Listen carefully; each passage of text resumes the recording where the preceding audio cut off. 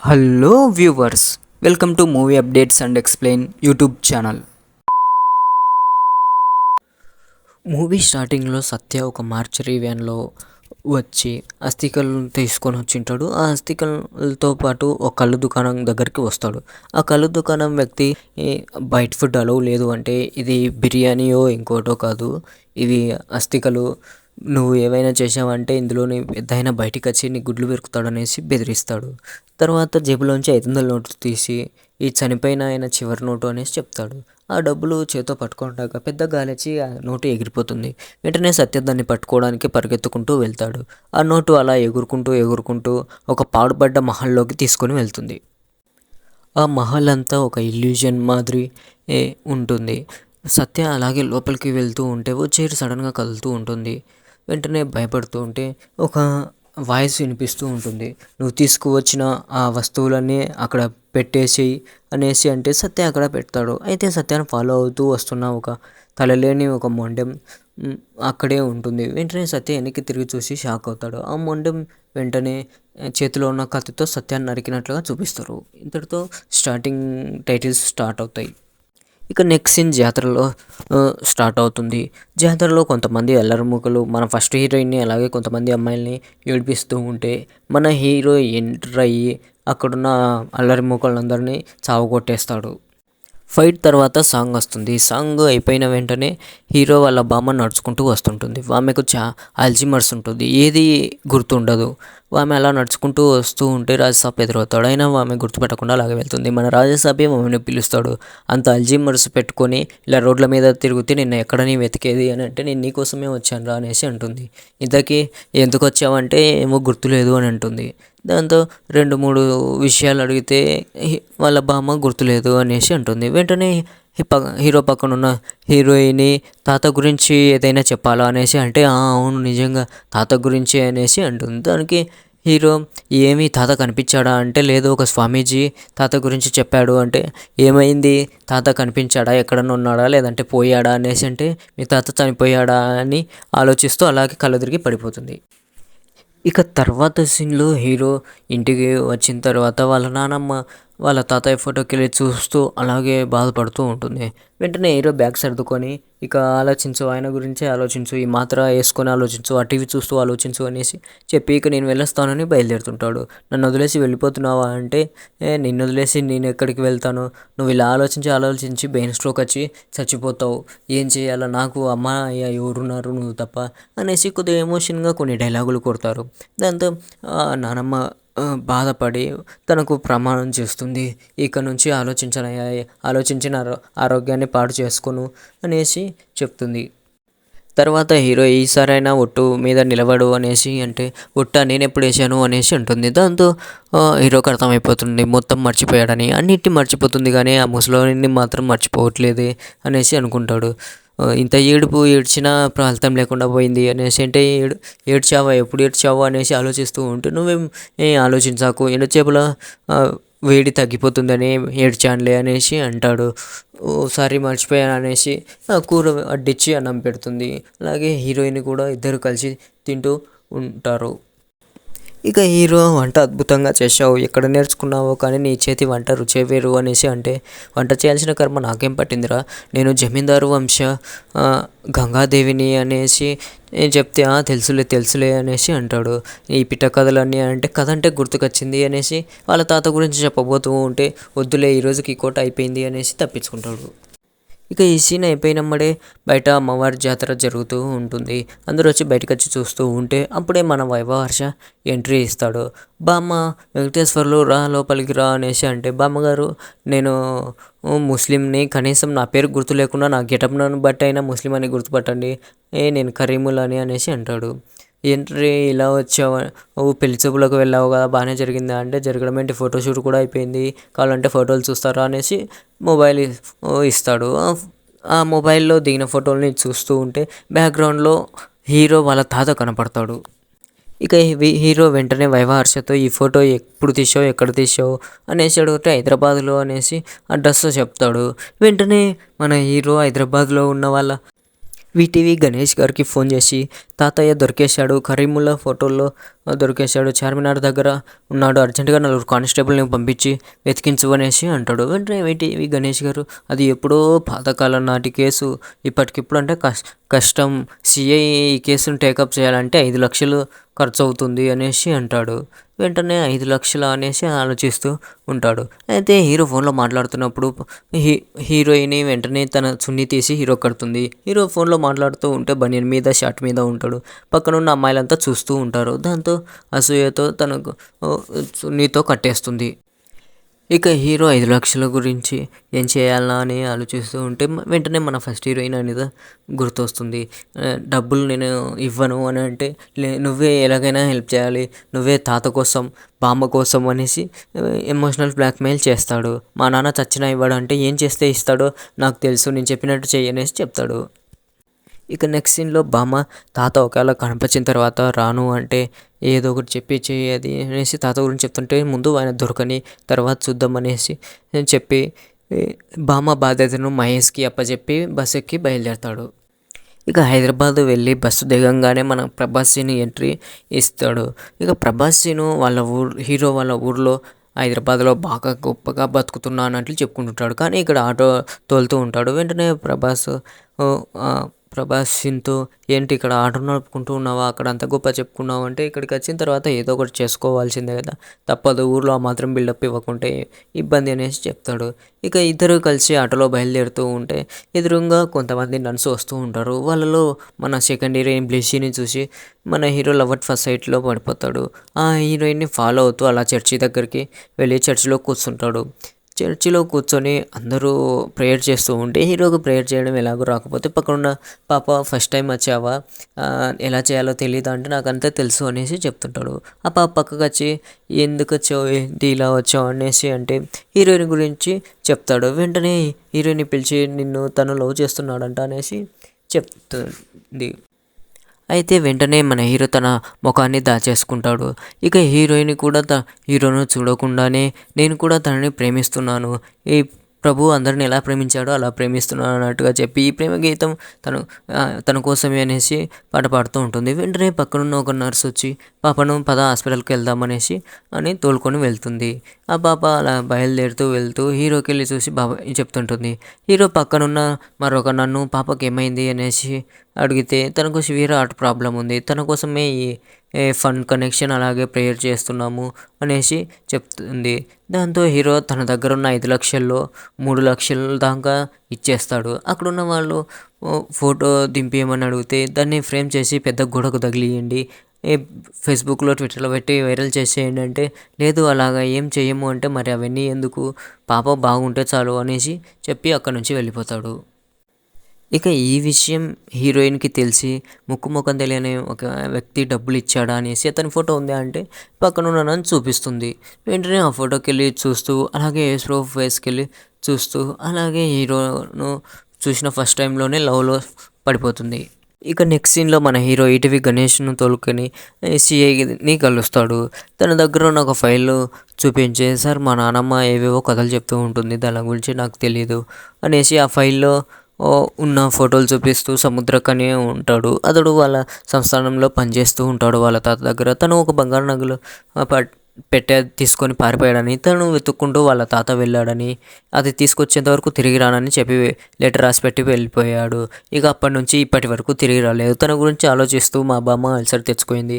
అయితే రీసెంట్గా ఆయన మన హైదరాబాద్లోని చార్మినార్ దగ్గర కనిపించాడు, అతన్ని మీరే ఎలాగైనా వెతికి పట్టుకోవాలి అనేసి అంటాడు. పక్కన ఈటీవీ గణేషన్ డబ్బు సంచి చేతికి తీసుకొచ్చావు కదా, పని అయిపోతుందిలే, నువ్వేం టెన్షన్ పడాకు అనేసి అంటాడు. ఇక నెక్స్ట్ సీన్లో సముద్రకని ఎంట్రీ ఇస్తాడు. సముద్రకని అడవిలో నడుచుకుంటూ వెళ్తూ ఉంటే సడన్గా ఒక పాము వస్తుంది. కట్టెతో ఆ పామును తీసి పక్కన పడేస్తాడు. ఇక అంతటితో ఆ సముద్రకని ఈ సీన్ క్లోజ్ అయిపోతుంది. ఇక నెక్స్ట్ సీన్లో మన హీరోయిన్ని చూపిస్తారు. అసలు అంత డొనేట్ చేసి తన గురించి ప్రమోట్ చేసుకోకుండా ఎలా ఉన్నాడు అని హీరో గురించి ఆలోచిస్తూ ఉంటుంది. అతడు మళ్ళీ నీకు కనిపించాలి అని అంటే ఏమో కనిపించచ్చేమో అనేసి అన్నట్లుగా మాట్లాడుతుంది. ఇక నెక్స్ట్ సీన్‌లో ప్రభాస్ ఎంట్రీ ఇస్తాడు. చర్చ్‌లోకి వెళ్తూ ఉంటే చర్చ్ పాస్టర్ బయటికి వెళ్తూ ఉంటాడు. ఇక చర్చ్ పాస్టర్ బయటికి వెళ్తున్నాడని చెప్పేసి హీరోయిని 2, 3 పాపాలు వినేసి వద్దామనేసి ఆ పాపాలు చెప్పుకునే ప్రదేశంలో వెళ్తుంది. తెరకు అటువైపులా హీరోయిన్ ఉంటుంది. మన హీరో తెరకి ఇటువైపున వెళ్ళి కూర్చుంటాడు. వెంటనే నీ పాపం ఏంటో చెప్పు అంటే నేను ఏ పాపం చేయలేదు అనేసి చెప్తాడు. అయితే ఎందుకు వచ్చావు అని అంటే ఇటా నా ప్రేయసి గురించి వెతుక్కుంటూ వచ్చాను. నువ్వు అవతల ఉన్నావేమో అనేసి అని అంటే అలా చేయడం తప్పు. నీది ప్రేమ పాపం కాదు. ఆ అమ్మాయి నీకు దొరకాలని ప్రేయర్ చేస్తానని చెప్తుంది. అయితే తెర మధ్యలో ఉండడం వల్ల ఒకరినొకరు చూసుకోరు. తర్వాత మన హీరో ఆ తెర తీసి చూస్తాడు. వెంటనే హీరోయిన్ ఉందని అర్థమవుతుంది. అయితే హీరోయిన్ ప్రేయర్ చేస్తూ కళ్ళు మూసుకొని ఉంటుంది. ఇక నెక్స్ట్ సీన్‌లో ప్రభాస్ ఇంటి దగ్గర క్రిస్మస్ సెలబ్రేషన్‌కు రెడీ చేస్తూ ఉండగా తాత కోసం వచ్చినవి పాప గురించి డెకరేషన్‌లు ఇవన్నీ ఏంట్రా అంటే నేను ఆ అమ్మాయిని లవ్ చేస్తున్నాను. ఆ అమ్మాయి ఎలా అయినా ఇంప్రెస్ చేయాలా, ఆ అమ్మాయికి నచ్చినట్టుగా చేస్తే ఇంప్రెస్ అవుతుంది అనేసి చెప్తాడు. వెంటనే తనకు ఫోన్ కాల్ వస్తుంది. ఫోన్ ఎత్తి చూస్తే హీరోయినే చేసి ఉంటుంది. కానీ హీరోయిన్ అన్న సంగతి తెలియదు. తను ఫోన్ చేసి నేను బ్లెస్సీని మీ తాత చీటింగ్ చేశాడు. మీ తాత మీద చీటింగ్ కేసు పెట్టాను. ఇప్పుడు తను మిస్ అయిపోయాడని మిస్సింగ్ కేసు పెడితే వదిలేస్తానా అనేసి అంటుంది. మా తాతను ఎక్కడ చూసావు, ఎప్పుడు చూసావు అంటే ఇంతకుముందు ఒకసారి నేను బ్యాంకు వెళ్ళింటే క్రౌడ్ ఎక్కువగా ఉంది. డబ్బులు కట్టడానికి చూస్తూ ఉండమంటే నేను కడతానులే నువ్వేం టెన్షన్ పడకు అనేసి డబ్బులు తీసుకొని 3 లక్షల దాకా వెళ్ళిపోయాడు అనేసి చెప్తుంది. మీ తాత నన్ను మోసం చేసి డబ్బులు లాగేశాడు. అది పాప హార్ట్ ఆపరేషన్ కోసం తీసిపెట్టినటివి. నీకు అంతగా డౌట్ ఉంటే వెళ్ళి వెస్ట్ మారేడుపల్లి స్టేషన్లో అడుగు చెప్తారు అనేసి చెప్తాడు. వెంటనే మన హీరో వాళ్ళ బామ్మకు ఫోన్ చేస్తాడు. ఫోన్ చేసి తాతయ్య దొంగతనం లాంటివి ఏమైనా చేసేవాడా అంటే చిచి మీ తాత అలాంటి వాడు కాదు. తన దగ్గర ఉన్నవన్నీ లేని వాళ్ళకి ఇచ్చేవాడు. మీ తాత చాలా మంచివాడు అనేసి చెప్తాడు. అయితే హీరో పోలీస్ స్టేషన్లో ఉండి వాళ్ళ తాత చేసిన రాబరీ గురించి తెలుసుకోవడానికి స్టేషన్లో దగ్గరికి వచ్చి ఉంటాడు. అయితే ఆ స్టేషన్ బయట సముద్రకని మన హీరోను గమనిస్తూ అక్కడ నుంచి వెళ్ళిపోతాడు. ఇక నెక్స్ట్ సీన్‌లో మన హీరో అలాగే ఈటీవీ గణేషన్ ఒక రెస్టారెంట్‌లో కూర్చొని ఉంటారు. ఒక పక్కన బ్లెస్సీ కేసు గురించి ఒకటేమైనా ఫోన్లు చేస్తూ ఉంటుంది. మరో పక్కన అదే టైంలోనే సిఐ ఫోన్ చేస్తాడు. సిఐ ఫోన్ చేసి 5 లక్షలు అని చెప్పి 2 లక్షలు ఇస్తారా అనేసి ఈటీవీ గణేష్కి నువ్వు వచ్చి డబ్బు తీసుకురాకపోతే ఆ 3 లక్షలు కాల్ చేస్తా పోలీసును కాల్ చేశాడన్న న్యూస్ బయటకు వస్తుంది అనేసి అంటాడు. ఇక అదే టైంలోనే మన రెండవ హీరోయిన్ మాళవిక మోహన్ ఎంట్రీ ఇస్తుంది. ఎంతో డబ్బు తీసుకొని వచ్చి వాళ్ళ ముందర పెట్టి మీ తాత వల్ల చాలా హెల్ప్ పొందాను నేను. మీ తాత వల్లనే ఈ పొజిషన్లో ఉన్నా. మీ తాతకు ఈ డబ్బు ఇవ్వాలి. ఆయన చేతిలోకి అందిస్తేనే నాకు తృప్తి అనేసి అంటుంది. ఈటీవీ గణేశన్ గారు ఒక 3 లక్షలు ఇచ్చావంటే వెంటనే ఇచ్చేసి 10 నిమిషాల్లో వచ్చేస్తాను. చాలా ఇబ్బందిగా ఉంది అనేసి చెప్తుంది. లేదు వాళ్ళ తాత చేతుల మీదనే తీసుకోవాలని ఆశ అనేసి చెప్తుంది.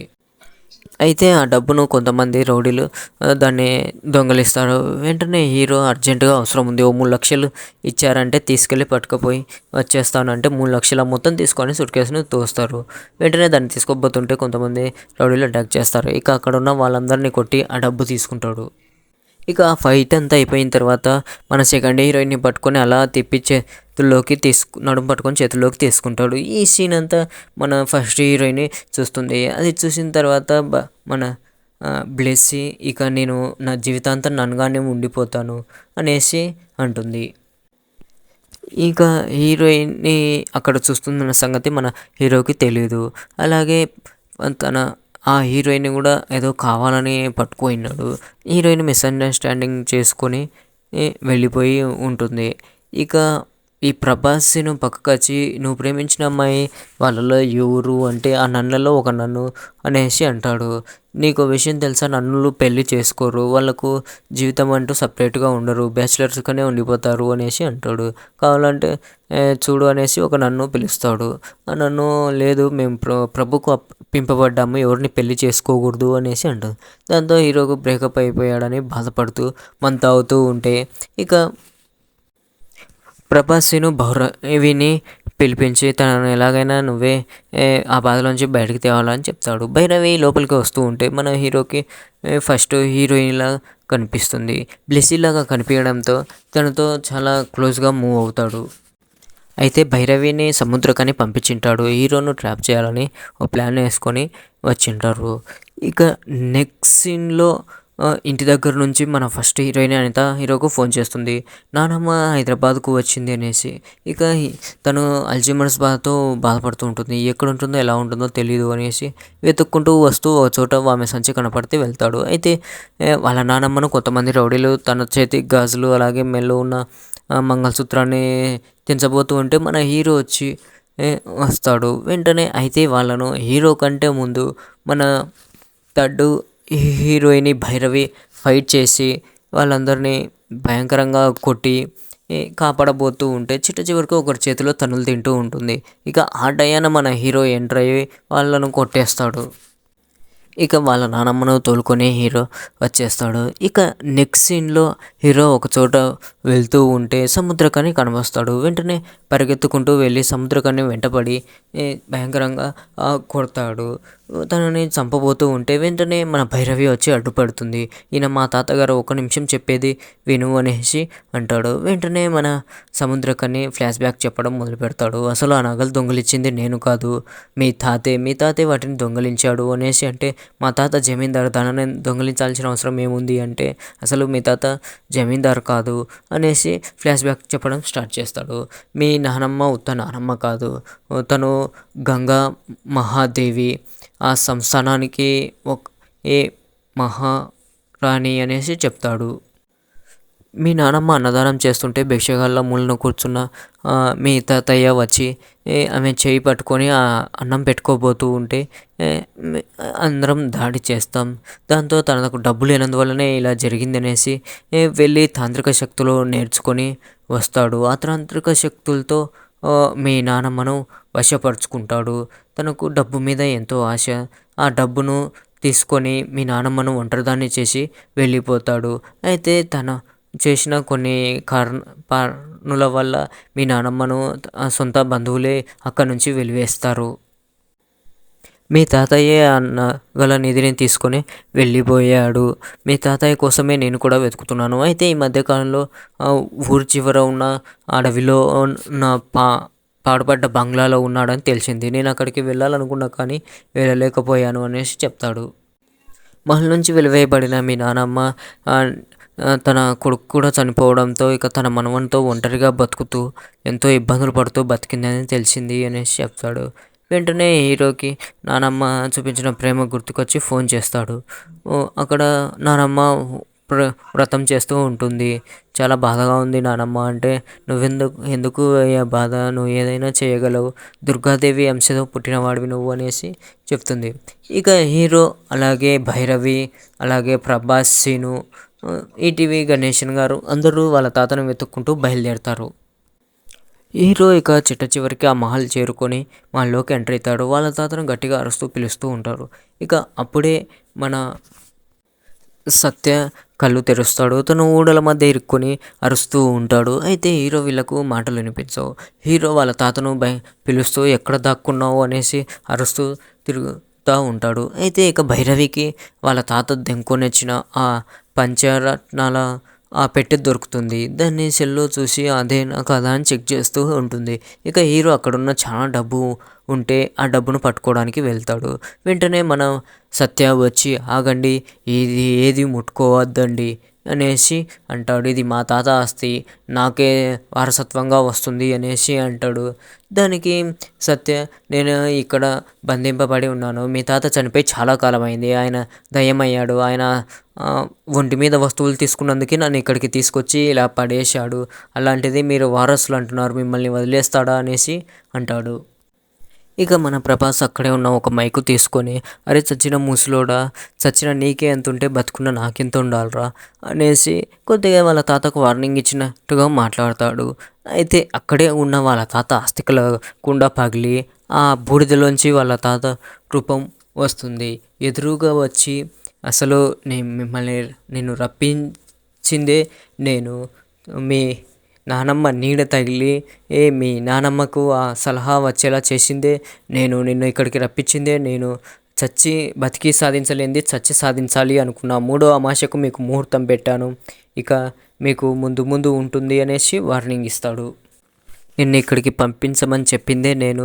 Welcome to my world Rajasaab అనేసి వాళ్ళ తాత ఇన్వైట్ చేస్తాడు. ఇంతటితో సగం సినిమా కంప్లీట్ అవుతుంది. ఇక నెక్స్ట్ సీన్లో ఆత్మరూపంలో ఒక దయ్యంగా వచ్చిన వాళ్ళ తాత భయపిస్తున్న మన రాజాసాబ్ భయపడినట్టుగా యాక్ట్ చేస్తూ అలా వెనక్కి తిరిగి ఫోన్ మాట్లాడుకుంటూ వెళ్తూ వాళ్ళ తాత నుంచి తప్పించుకొని వెళ్ళాలని అలాగే ముందరికి వెళ్తాడు. ఇక ముందరికి వెళ్ళి చూస్తే బయటికి వెళ్ళాల్సిన ఎంట్రన్స్ అనేది కనిపించదు. ఆ ఎగ్జిట్ దారి కనిపించకపోవడంతో ఇక్కడ డోర్ ఎదురా అని అడిగితే అక్కడే ఉన్న సత్య అది ఇప్పుడు కనిపించదు, మీ తాత ఎప్పుడు వెళ్ళాలంటే అప్పుడు మాత్రమే ఆ డోరు తెరుచుకుంటుంది. ఏదో 2 వస్తువుల కోసం వచ్చిన నన్నే మీ తాత ఇక్కడ బందీ చేశాడు, అలాంటిది ఆస్తికి మొత్తానికి వారసుడని వచ్చిన నిన్ను వదిలేస్తాడా అనేసి అంటాడు. అలాగే ఇక ఏం చేసేది లేక అలాగే ఉంటే ఇక ఆ రోజు రాత్రి వీళ్ళంతా ఒకచోట కూర్చొని ఉండగా వాళ్ళ తాత వాళ్ళ నానమ్మ కళ్ళలోకి వెళ్ళి నేను చాలా ప్రమాదంలో ఉన్నాను, వచ్చి నన్ను కాపాడు, నా ప్రాణం పోయేలా ఉంది అని అంటాడు.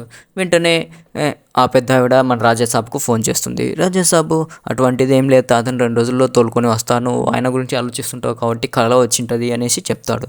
ఇక వీళ్ళందరూ కూర్చుండగా తాత మనల్ని అందరినీ ఇక్కడ బంధించేసి అక్కడే ఆమె కళ్ళలోకి వెళ్ళి ఎందుకు రమ్మని చెప్తున్నాడు అనేసి ఆలోచిస్తూ ఉంటాడు.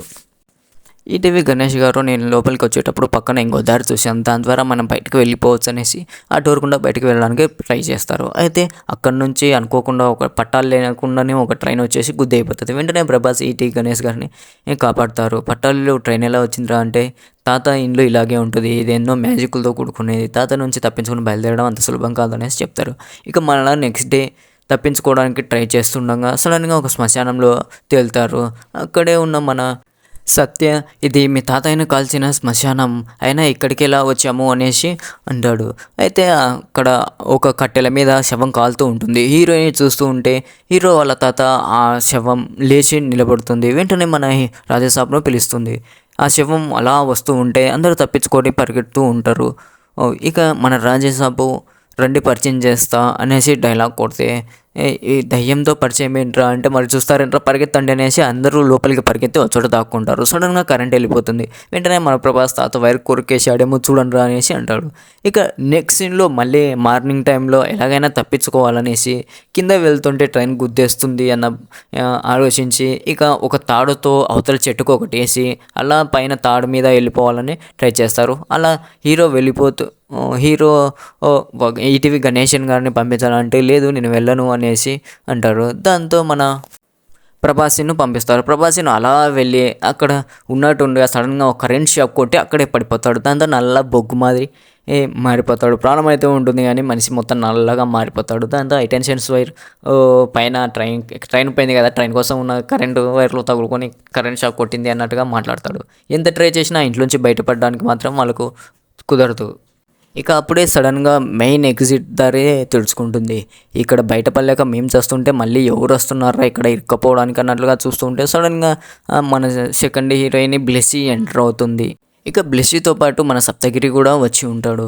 అయితే అక్కడ ఉన్న సిచ్యువేషన్ తెలుసుకోకుండా మన బ్లెస్సీ మీ తాత కట్టిన డబ్బు నుంచి ఆ చీటింగ్ కేసు నుంచి తప్పించుకోవడానికి ఇక్కడికి వచ్చి దాక్కుంటే కనకలేమనుకున్నారా అనేసి వస్తారు. తీరా లోపలికి వెళ్ళిన తర్వాత అక్కడ ఉన్న ఆస్తి ఐశ్వర్యం అంతా చూసి ఇంత డబ్బు ఉండి నా దగ్గర 3 లక్షలు కొట్టేశాడా ముసలోడు అని ఎలాగైనా డబ్బు రికవరీ చేసుకొని తీసుకువెళ్తామని చెప్తారు. హీరో ఎంత చెప్తున్నా ముసలోడు చనిపోయాడు, దయ్యమై తిరుగుతున్నాడు, ఈ ఆస్తి తీసుకుపోవడం కష్టం అని చెప్తే వినకుండా ఇద్దరు ఒక రూమ్లోకి వెళ్తారు. సప్తగిరి ఇక బ్లెస్సీ ఒక రూమ్లోకి వెళ్ళంగానే అక్కడ ఉన్న వస్తువులు తీసుకుంటూ ఉండగా సడన్గా వాళ్ళ తాత వచ్చి సప్తగిరిని మాయం చేసి ఒక సమాధి పెట్టెలో దాచిపెడతారు. అక్కడే ఉన్న ఒక ముసలి దయ్యం ని చూసి హీరోని భయంతో కేకలేస్తుంది. అలా తప్పించుకొని పరిగెత్తుకుంటూ బయటికి వస్తుంది. హీరో నేను చెప్పానుగా ఇక్కడ జరుగుతున్న సిచ్యువేషన్ గురించి, అయినా వెళ్ళావు, ఇంతకీ మీ సప్తగిరి ఏది అని అడిగితే వెంటనే శవాల పెట్టెలోంచి లేచొచ్చి ఇక్కడ నిలబడతాడు. ఇక ఇద్దరి హీరోయిన్ల మధ్యలో మన హీరో నలిగిపోతూ ఉంటాడు. ఇక తాత సీన్ చూపిస్తారు. తాత ఒక గొర్రెను బలి ఇస్తూ ఉంటాడు. ఆ సీన్ అయిపోయిన తర్వాత నెక్స్ట్ మన హీరో ఎలాగైనా బ్లెస్సీని ఇంప్రెస్ చేయాలా, తనని లవ్ చేసి మళ్ళీ పెళ్లి చేసుకోవాలన్న ఆశతో ఉంటాడు. కాబట్టి మళ్ళీ తన పాతలో మెలకువ అవుతుంది. వెంటనే మన హీరో బ్లెస్సీని నన్ను కాదని తెలుసుకొని పెళ్లి చేసుకోవడానికి అవకాశం ఉందనేసి తను ఎలాగైనా కన్విన్స్ చేయాలని తన రూమ్లోకి వెళ్తాడు. అయితే సడన్గా వాళ్ళ నానమ్మ కాల్ చేస్తే వాళ్ళ తాత గురించి మాట్లాడిను. ఆ తాత గురించి నువ్వేం టెన్షన్ పెట్టుకోకు అని చెప్పి కట్ చేసి మన బ్లెస్సీతో మాట్లాడాలని ట్రై చేస్తూ ఉంటే వెనుక ఫోటోలో ఉన్న ఒక దయ్యం ప్రభాస్ను భయపిస్తూ ఉంటుంది. దాంతో తాత కొద్దిగా కూడా గ్యాప్ ఇస్తలేడు అనేసి ఇద్దరు దుప్పటి కప్పుకొని మాట్లాడుతూ ఉంటే బయట ఎవరో వచ్చినట్టు అవుతుంది. తాత వచ్చింటాడు, నువ్వేం టెన్షన్ పడకు, నేను చెప్పాల్సిందే చెప్పేస్తా అనేసి నేను నిన్ను లవ్ చేస్తున్నాను అనేసి చెప్పేస్తాడు. వెంటనే ఆ దుప్పటి తెరవంగానే ఇద్దరు భయపడతారు. తీరా చూస్తే ఆడ ప్రభాసిను వచ్చి ఉంటాడు. ప్రభాసిని వచ్చి అమ్మ తనదేం తప్పు లేదు, నువ్వు నన్ను అయిపోయావని నేను ప్రేమించి పెళ్లి చేసుకోవడానికి అవకాశం ఉండదని చెప్పేశాను. తనతో మనోడు డబ్బా తన్నేశాడు, తాగి ఎంతో బాధలో ఉంటే ఏమన్నా అయిపోతాడేమన్న భయంతో నేనే ఆ భైరవిని తగిలించాను, ఇందులో తన తప్పేం లేదు అనేసి చెప్తాడు. ఇక ఈ విషయం తెలుసుకున్నాక బ్లెస్సీ కూడా మనోని తప్పేం లేదనేసి మనోని లవ్ చేయడం స్టార్ట్ చేస్తుంది. అయితే మరుసటి రోజు బ్లెస్సీ అలాగే భైరవి ఒకటే రూమ్లో ఉండగా వీళ్ళిద్దరూ ఈ లవ్ విషయం గురించి మాట్లాడుకొని గొడవ పడతారేమో అని ఎలాగైనా వీళ్ళిద్దరి మధ్యన మాటలు ఉండకూడదు అనేసి మన హీరో బయటకు పిలిచడానికి చాలా ట్రై చేస్తుంటాడు. కానీ భైరవి మాత్రం పంపించదు. భైరవి ఏమడిగినా కానీ మన బ్లెస్సీ తప్పించుకోవడానికి ట్రై చేస్తూ ఉంటుంది. వెంటనే మన హీరో బయట ఉండి పిలుస్తూ పక్కనే ఉన్న సప్తగిరి కాలు తొక్కుతాడు. వెంటనే సప్తగిరి కేక వేయడంతో బ్లెస్సీ పరిగెత్తుకుంటూ బయటికి వచ్చేస్తుంది. ఏమైందని బ్లెస్సీని అడిగితే తాత మన రాజాసాబ్ ఒంటి మీదకి వచ్చేసాడు అనేసి అంటాడు. దానికి భైరవి ఇదేం కాదు, మన ఇద్దరం మాట్లాడుకుంటున్నామని మనల్ని డిస్టర్బ్ చేయడానికి కోసం అనేసి ఇలా యాక్టింగ్ చేస్తున్నాడు అనేసి అంటాడు. కరెక్ట్గా అదే టైంనే హీరో వాళ్ళ నానమ్మ ఫోన్ చేస్తుంది. ఇప్పుడు చూడు తను ఎలా మన పొజిషన్కి వస్తాడో అనేసి భైరవి సెల్ ఫోన్ తీసుకుపోయి మీ నానమ్మ ఫోన్ చేసిందని పక్కన పెడుతుంది. హీరో వాళ్ళ తాతయ్య చైర్లో కూర్చొని ఉంటాడు. అలా ఫోన్ ఎత్తుకొని ఈ టైంన ఫోన్ చేసావేంటి అని మాట్లాడుతూ ఉంటే ఇలా మీ తాత కల్లోకి వచ్చాడు, తను చనిపోబోతున్నాడు అనేసి చెప్పాడు అనేసి అంటే వెంటనే హీరో వాళ్ళ తాత వాయిస్లో ఇక వాళ్ళ తాత ఉన్నట్టుగా అవును అది నిజమే, నేను త్వరలో చనిపోబోతున్నాను, త్వరగా రావాలి అనేసి మాట్లాడతారు. వెంటనే మన హీరోయిన్ మిగతా వాళ్ళంతా షాక్ అవుతారు. ఇక నానమ్మ వాళ్ళ తాతయ్య ప్రమాదంలో ఉన్నాడని తెలిసి ఎంతో దిగులుతో ఉంటే హీరో వాళ్ళ పిన్ని ఫోన్ చేసి ఇట్లా నానమ్మ ఈ పొజిషన్లో ఉందంటే ఏం టెన్షన్ పెట్టుకోవద్దు అనేసి వాళ్ళ నానమ్మ ఏదో సరదాగా అలా మాట్లాడాను, ఒకటేమైనా ఫోన్ చేసి తాతయ్య గురించి అడుగుతుంటే అలా చెప్పాను, నువ్వేం టెన్షన్ పడకు అనేసి చెప్తాడు. ఇక అది అయిపోయినమ్మడే హీరోయిన్తో ఎవరైనా ఈ దయ్యాలు వదిలించే తాంత్రికులు భూతవేదులు ఇట్లాంటి వాళ్ళు ఎవరన్నా తెలుసా అంటే వెంటనే బ్లెస్సీ ఒక సైక్రియాటిస్ట్కి ఉన్నారు, ఆయన మంచి పేరుగాంచిన వాళ్ళు, ఆత్మల గురించి కూడా ఆయన చాలా బాగా నయం చేస్తాడు, చాలామందికి దయ్యాలు పట్నాయని బిహేవ్ చేసిన వాళ్ళందరికీ నయం చేసి డాక్టరేట్ కూడా పొందాడు అనేసి అంటాడు. ఇక ఆయన్ని పిలిపించడానికి వాళ్ళు అనేసి ట్రై చేస్తారు. అనుకున్నట్టుగానే ఆయన బయలుదేరి స్టార్ట్ అయి వస్తూ ఉంటాడు. అయితే దారి మధ్యలో డెస్టినేషన్ గురించి లొకేషన్ పెట్టుకొని వస్తే తీరా ఆ లొకేషన్కి వచ్చిన తర్వాత అంతసేపు గూగుల్ లేడీ వాయిస్లో మాట్లాడిన Google enter to the destination అన్న పదం ఒకటి తాత మాట్లాడతాడు. ఇక డాక్టర్ లోపలికి వచ్చాక అక్కడ ఉన్న వాటన్నిటిని చూసి మీ తాత సామాన్యుడు కాదు, ఏదో 4 మంత్రాలు చదువుకున్న మంత్రగాడు కాదు, ఇతను హిప్నోసిస్టు, సైక్రియాటిస్టు, అలాగే సైన్స్ గురించి బాగా తెలుసుకున్నవాడు, ఇక్కడున్న ఆర్కిటెక్చర్ అన్నీ చూస్తేనే అర్థమవుతుంది, తనని ఎదుర్కోవడం అంత చిన్న విషయం కాదు అనేసి చెప్తాడు.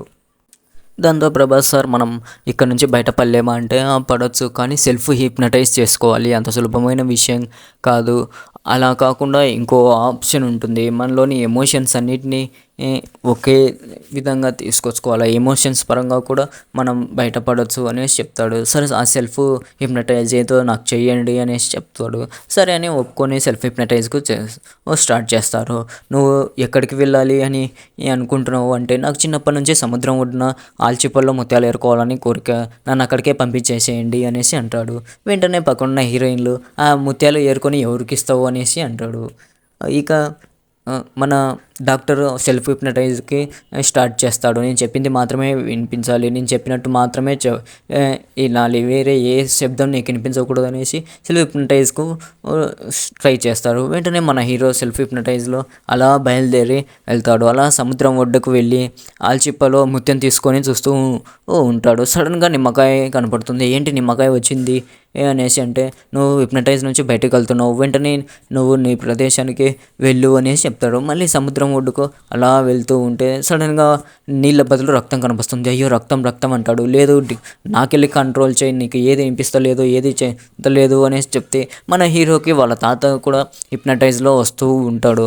ఇక అలా రక్తం నుంచి దాటుకొని పరిగెత్తుకుంటూ వెళ్తూ ఉంటాడు. పరిగెత్తుకుంటూ వెళ్ళకు, ఇక్కడే ఉండు అనేసి అంటాడు. సడన్గా రూమ్ పక్కన మంత్రాలు వినపడుతున్నట్టు హీరోకి వినపడుతుంది.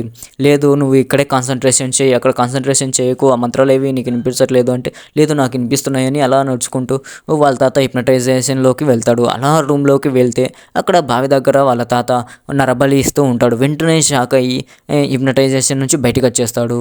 చంపేశారు బాబు అనేసి అడుస్తాడు. ఏం జరిగిందంటే, మా తాత రూమ్లో బావి ఉంది, బావిలో శవాలను బలిస్తున్నాడు అనేసి అంటాడు.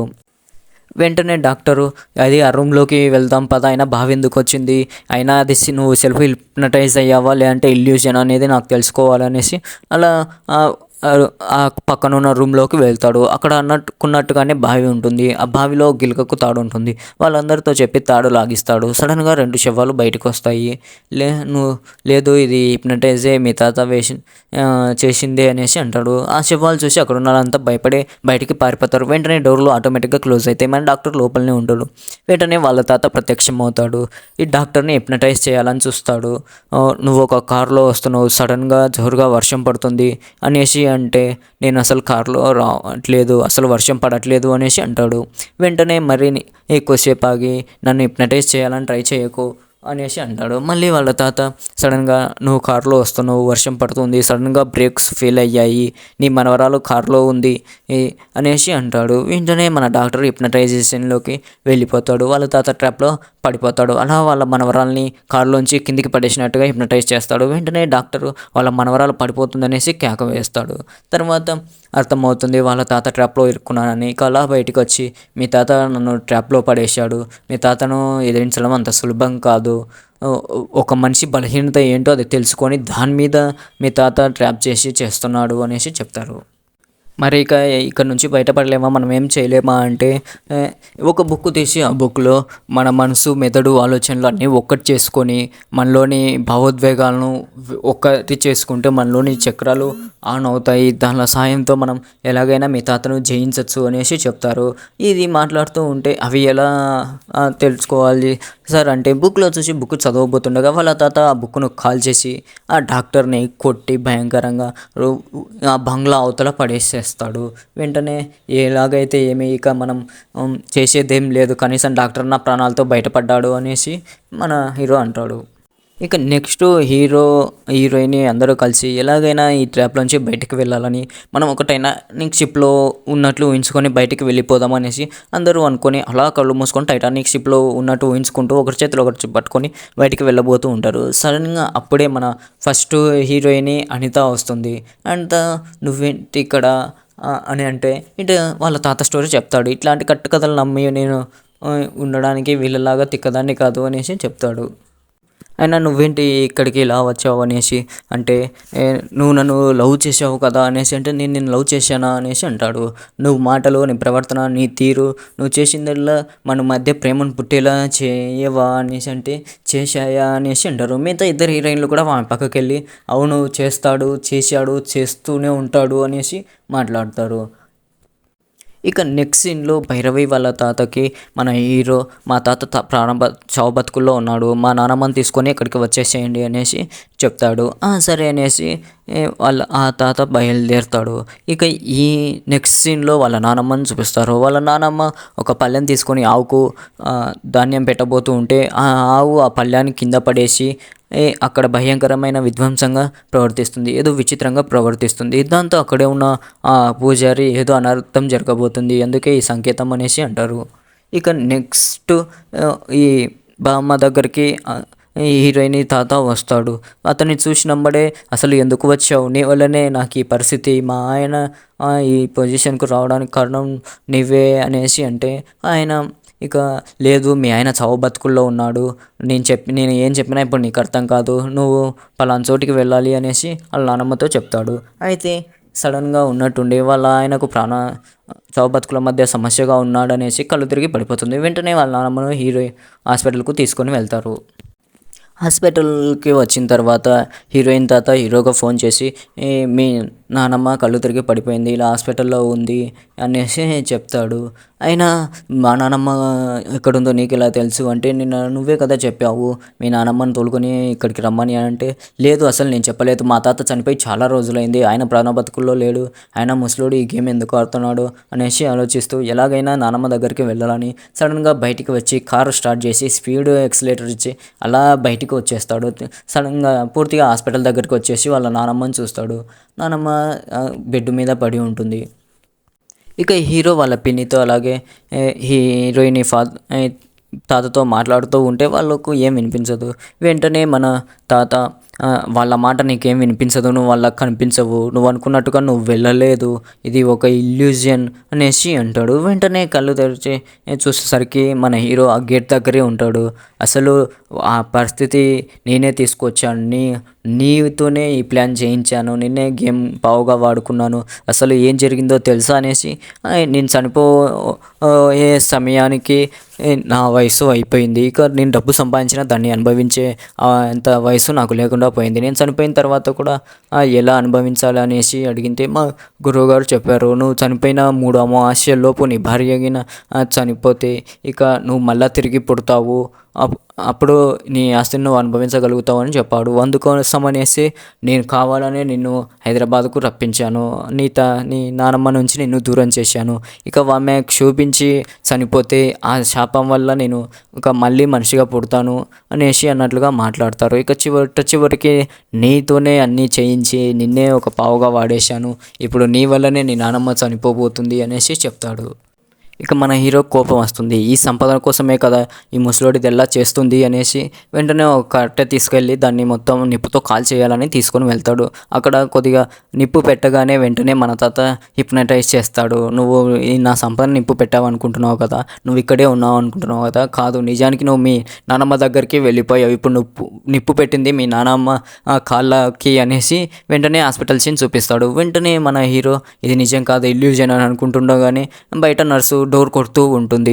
వెంటనే నర్సు కనిపిస్తుంది అంటే ఇది నిజమేనేమో అనేసి టెన్షన్తో అది ఆర్పుతూ ఉంటాడు. ఇక మళ్ళీ ఇక్కడ ఈ సీన్లో భవంతిలో ఉన్నట్టు ఇల్యూజన్ క్రియేట్ అవుతుంది. దాంతో మన హీరోకి ఏం చేయాలో అర్థం కాక తల తిక్క లేచిపోతుంది. దాంతో డాక్టర్ చెప్పిన మాటలు గుర్తొస్తాయి, సెల్ఫ్ హిప్నటైజ్ చేసుకుంటే వాళ్ళ తాత నుంచి తప్పించుకోవచ్చు అనేసి. ఇక సెల్ఫ్ హిప్నటైజ్కు ట్రై చేస్తూ ఉంటే వాళ్ళ తాత డైవర్ట్ చేస్తూ ఉంటాడు. ఇక చివరగా ఏం చేయాలో దిక్కు తోచక వాళ్ళ నానమ్మ స్టోరీ గుర్తు తెచ్చుకుంటాడు. ఆమె ఒకప్పుడు సంస్థాన మహారాణి అనేసి గంగాదేవి అనేసి గట్టిగా అరిచి వెంటనే వాళ్ళ నానమ్మ మహారాణిగా ఉన్న టైం లైన్కి సెల్ఫ్ హిప్నటైజ్ చేసుకొని వెళ్తాడు. అలా వెళ్ళి తాతను ఎదుర్కొంటాడు. ఇక తాత ఎంత ట్రై చేసినా సెల్ఫ్ హిప్నటైజ్ నుంచి బయటికి రానిలేడు. కష్టపడి ఎలాగోలా తాతను ఎదిరించి నిలబడతాడు. ఇక హీరోని ఎలాగైనా అంటే సెల్ఫ్ హిప్నటైజ్ నుంచి బయటికి రావాలని వాళ్ళ తాత ఒక ముసలిని పంపిస్తాడు. ఇక హీరో ఆ ముసలితో ఫైట్ చేసి ఆ ముసలిని ఓడించేస్తాడు. ఇక తర్వాత మన హీరో మీదకి అక్కడే చుట్టుపక్కల విగ్రహాలు ఉంటాయి, ఆ విగ్రహాల్లోకి తన నీడ పోతుంది. వెంటనే ఆ సైనికులు బల్యాలు తీసుకొని హీరో మీదకి వస్తారు. హీరో ఎంత కొట్టినా వాళ్ళకేం కాదు. తీరా ఒక కత్తి తీసుకొని అక్కడున్న ఒక తన్ని పొడుస్తాడు. వెంటనే మన హీరోకి ఆ కత్తి దిగుతుంది. నువ్వు ఎంత ట్రై చేసినా వాళ్ళని చంపలేవు, వాళ్ళని ఏం చేసినా అది నీకే తగులుతుంది అనేసి అంటాడు. ఇక హీరో ఏం చేయాలో అర్థం కాక ఆ మంట తీసుకొని ఆ పక్కనున్న విగ్రహాలను కాలుస్తాడు. అయితే ఆ విగ్రహాలు కాలిపోతుంటాయి. ఇక్కడ ఈ వచ్చిన దయ్యాలు కూడా బలహీనం పడిపోతాయి. వెంటనే దానిని ఏం చేసినా హీరోకి ఏం కాకపోతూ ఉండడంతో ఇక అర్థం చేసుకుంటాడు అవి కాలిపోతే ఇవి ఏం చేయలేవని. వెంటనే ఇక అవి కాలుతుండగానే దీనిలోని తలలు నరికేసి ఆ హిప్నటైజ్ నుంచి కూడా బయటకు వచ్చేస్తాడు. ఇక మన ఈ తాత ఇక ఏం చేయాలనో అర్థం కాక తన గురువును పిలుస్తాడు. ఇతన్ని ఎందుకు బయటికి లేకపోతున్నా, ఇతని నుంచి తప్పించుకోవడం ఎలా, ఇతన్ని ఎలా బయటికి రప్పించాలి అనేసి అంటే తను ఎమోషన్స్ను కంట్రోల్ చేసుకోగలుగుతున్నాడు. కోపం, ఆవేశం, సంతోషం, దుఃఖం అన్నిటినీ కంట్రోల్లో చేసుకున్నాడు. ఇతడు అలాగే చేయగలిగితే చివరికి ఆగ్నేయ చక్రాన్ని తాకుతాడు. దాంతో నీ పతనం నీకు ప్రకృతి కూడా సహకరిస్తుంది అనేసి అంటాడు. అయితే అతన్ని ఆపడానికి నువ్వు నాలో ఆవహించు, ఇక ఎలాగైనా తనని ఓడించేస్తామనేసి తన గురువుని పిలుస్తాడు. వెంటనే తన గురువుని ఆహ్వానం చేసుకుంటాడు. ఇక వాళ్ళ తాత చేసేదేం లేక ఒక ఇసుక తుఫాను పంపిస్తాడు. ఆ ఇసుక తుఫాన్ని వాళ్ళ నానమ్మ అవి ఇసుక తుఫాను కాదురా, చల్లటి పూలు అన్నట్టుగా చెప్తుంది. వెంటనే హీరో ఆప్నటైజ్ నుంచి కూడా బయటికి వచ్చేస్తాడు. ఇక అక్కడున్న మొత్తం బంగ్లానే అంటూ పెడుతూ ఉంటాడు. ఇక మన తాత వాళ్ళ గురువు ఆత్మ రావడంతో ఇంకాస్త బలపడతాడు. ఇక నువ్వు ఇంత చేస్తున్నావు, ఒకవేళ నేను లేనని తెలిస్తే నీ నానమ్మ బతుకుంటుందా? నువ్వు రేపు చూసేది ఉదయాన్ని కాదు, చితి మీద పడి ఉన్న నీ నానమ్మను అనేసి హిప్నటైజ్ చేస్తాడు. వెంటనే మన హీరో వీక్ అయిపోతాడు. ఇక వాళ్ళ నానమ్మ బలహీనతతో హీరో వీక్ అయి పడిపోతాడు. వెంటనే మన తాత ఒక పెద్ద జైంటు విలన్లా మారిపోయి మన హీరోని పట్టుకుంటాడు. వెంటనే మన హీరోకి వాళ్ళ నానమ్మ మాటలు హిప్నటైజ్లో వినిపిస్తూ ఉంటాయి. నువ్వు దుర్గమ్మ అంశలో పుట్టినవాడివి, నువ్వు ఎలాగైనా దీన్ని ఎదిరించి నిలబడాలా అనేసి అంటాడు. వెంటనే మన హీరో మళ్ళీ సెల్ఫ్ హిప్నటైజ్ చేసుకుంటాడు. వెంటనే తను ఆగ్నేయాస్త్రానికి చక్రాన్ని తగలడంతో ఇక తనకు తెలియని ఒక దైవశక్తి తన చుట్టూ ఒక పొరలా ఉంటుంది. దాంతో మన తాతను అలాగే ఆ జైంటు అంటనే మొత్తం నాశనం చేసేస్తాడు. ఇక అందరూ ఆ బంగ్లాలోంచి బయటపడింటారు. ఇక నెక్స్ట్ సీన్లో మన హీరో వాళ్ళ తాత ఫోటోకి పిండ ప్రదానం చేస్తూ ఉంటారు. ఇక వాళ్ళ నానమ్మను తోలుకొని వస్తారు. వాళ్ళ నానమ్మ తెలిస్తే ఎలా రియాక్ట్ అవుతుందో వాళ్ళ తాత లేడని అని టెన్షన్ పడుతూనే మన హీరో వాళ్ళ నానమ్మ దగ్గరికి వెళ్ళి తాతమ్మ అనేసి ఆ ఫోటో దగ్గరికి తీసుకొని వెళ్తాడు. ఇక మన హీరో ఆ ఫోటో చూపిస్తూ తాత చనిపోయాడని చెప్పడానికి ఇబ్బంది పడుతూ ఉంటాడు. వెంటనే నానమ్మ ఎవరినా అనేసి ఆ ఫోటో చూపిస్తూ అడుగుతుంది. ఆయన ఎవరు నీకు తెలియదా అంటే తెలీదు, ఎవరు ఇంతకీ ఈయన అనేసి అంటుంది. ఆమెకున్న మతిమరుపు కారణంగా, ఆ అల్జీమర్స్ వ్యాధి కారణంగా వాళ్ళ తాతను కూడా మర్చిపోయి ఉంటుంది. వెంటనే మన ప్రభాసు ఈయన ఎవరో తెలియదా అంటే గుర్తొచ్చింది, మన గుడి దగ్గర నిమ్మకాయల ప్రసాద్ కదా అనేసి అంటాడు. నిమ్మకాయల ప్రసాద అంటే అవును, పాపం చాలా సార్లు నన్ను పలకరించేవాడు, ఏమైంది, ఎలా పోయాడు అనేసి అడుగుతాడు. ఆశ ఎక్కువై చనిపోయాడు, సోడాతో పాటు గోలి కూడా మింగేసి చనిపోయాడు అనేసి అంటాడు. నీ సోడాతో పాటు గోలి కూడా మింగేశాడా అనేసి వాళ్ళ నానమ్మ బాధపడుతుంది. ఇక హీరో మొత్తానికి మా తాత నుంచి తప్పించుకున్నాం, అలాగే మా నాన్నమ్మకు కూడా తాతయ్య గుర్తులేడని సంతోషం పడుతూ ఉంటారు. ఇక నెక్స్ట్ సీన్లో మన హీరో ఇంట్లో ఉంటే ఇంట్లో అందరూ ఏదో వ్రతం చేసుకుంటూ ఉంటారు. వెంటనే ముగ్గురు హీరోయిన్లు వస్తారు. హీరో దక్కుని ఉంటాడు. నీ మనవాడు ఎక్కడ అంటే మీ బాధపడలేకనే తప్పించుకొని వెళ్ళిపోయాడు అనేసి అంటే ఇక్కడే ఎక్కడో ఉంటాడు, మేము ఎలాగైనా పట్టుకుంటామని ఇళ్ళంతా వెతుకుతూ ఉంటారు. వెంటనే మన హీరో అక్కడ నుంచి పారిపోతాడు. అలా వెళ్ళిపోతూ ఒక సర్కస్ దగ్గరికి వెళ్ళిపోతాడు. ఆ సర్కస్ దగ్గరికి వెళ్ళి ఉండగా అక్కడ ఒక జోకర్ వేషం వేసుకున్న వ్యక్తి సుత్తి తీసుకొని కొడుతూ ఉంటాడు. అతనికి వెళ్ళి చూసి మన హీరో షాక్ అవుతాడు. అక్కడ ఉన్నది కూడా ప్రభాసి, ఇతనేంటి అచ్చం నాలా ఉన్నాడు అనేసి అంటాడు. వెంటనే మన జోకర్ వేషం వేసుకున్న ప్రభాస్ అలా మన ప్రభాస్కి వెళ్ళి చూసి 2 అన్నట్టుగా అంటాడు. వెంటనే ఇక టైటిల్స్ పడిపోతాయి. రాజేసాబు 2 సర్కస్ అని 1935 అనేసి ఈ ఫిలిం బై మారుతి అనేసి పడుతుంది. ఇంతటితో ఈ సినిమా కంప్లీట్ అయిపోతుంది.